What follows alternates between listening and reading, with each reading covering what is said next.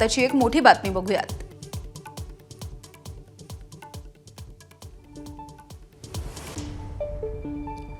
आयएसआयसाठी हेरगिरी करणाऱ्या नोमानच्या फोनमध्ये पाकिस्तानी कॉन्टॅक्ट असल्याचं समोर आलंय। नोमानच्या फोनमध्ये 70 पेक्षा अधिक पाकिस्तानी लोकांचे नंबर असल्याचं उघड झालंय। नोमान इलाही सातत्याने पाकिस्तानी इक्बाल कानासोबत गप्पा करायचा। नोमानच्या बँक खात्यांचा हरियाणा पोलिसांनी सुद्धा तपास केलेला आहे। तर आयएसआयसाठी हेरगिरी करणाऱ्या नोमानच्या फोनमधून आता पाकिस्तानी कॉन्टॅक्ट नंबर समोर आलेले आहेत, त्यामुळे अधिकचा तपास सध्या पोलिसांकडून सुरू आहे। आतापर्यंत 11 जणांना या प्रकरणामध्ये अटक करण्यात आलेली आहे।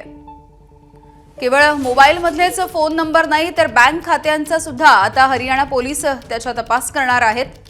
हेरगिरीच्या प्रकरणामध्ये नेमक्या काय काय गोष्टी नोमाननं केलेल्या होत्या, कोणत्या पद्धतीची माहिती पाकिस्तानामधल्या गुप्तचर यंत्रणांना पुरवलेली होती, कशा पद्धतीने हेरगिरी केली होती, या सगळ्याच्या संदर्भात आता पोलिसांकडून तपास सुरू आहे।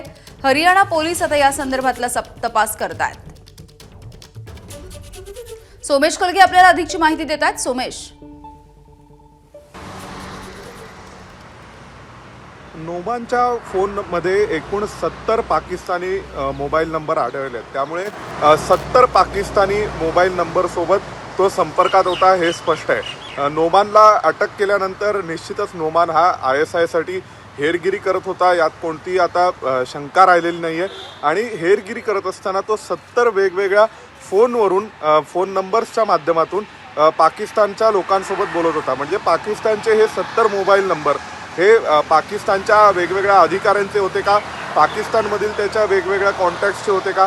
कदाचित शक्यता आहे की नोमान कोणत्याही इंटेलिजन्स एजन्सीच्या रडारवर येऊ नये म्हणून पाकिस्तानी आयएसआय अधिकाऱ्यांनीच त्यांचे 70 वेगवेगळे फोन नंबर ठेवून त्या वेगवेगळ्या फोन नंबरच्या माध्यमातून नोमानसोबत संपर्क केला होता का, असे असंख्य प्रश्न आता निर्माण झालेले आहेत। नोमानच्या मोबाईलमध्ये 70 पाकिस्तानी फोन नंबर आहेत आणि विशेष म्हणजे याविषयीचा तपास वेगवेगळ्या राज्यांचे पोलीस करत असले तरी सुद्धा इंटेलिजन्स ब्युरो आणि केंद्रीय तपास यंत्रणांचं मार्गदर्शन सध्या पोलिसांना या संपूर्ण प्रकरणात आहे। त्यामुळे हे 70 मोबाईल नंबर कोणाचे होते, ते कुठल्या टॉवर लोकेशनचे होते पाकिस्तानातल्या, याविषयीचा तपास करण्याचा प्रयत्न निश्चितच यंत्रणांकडून केला जाईल।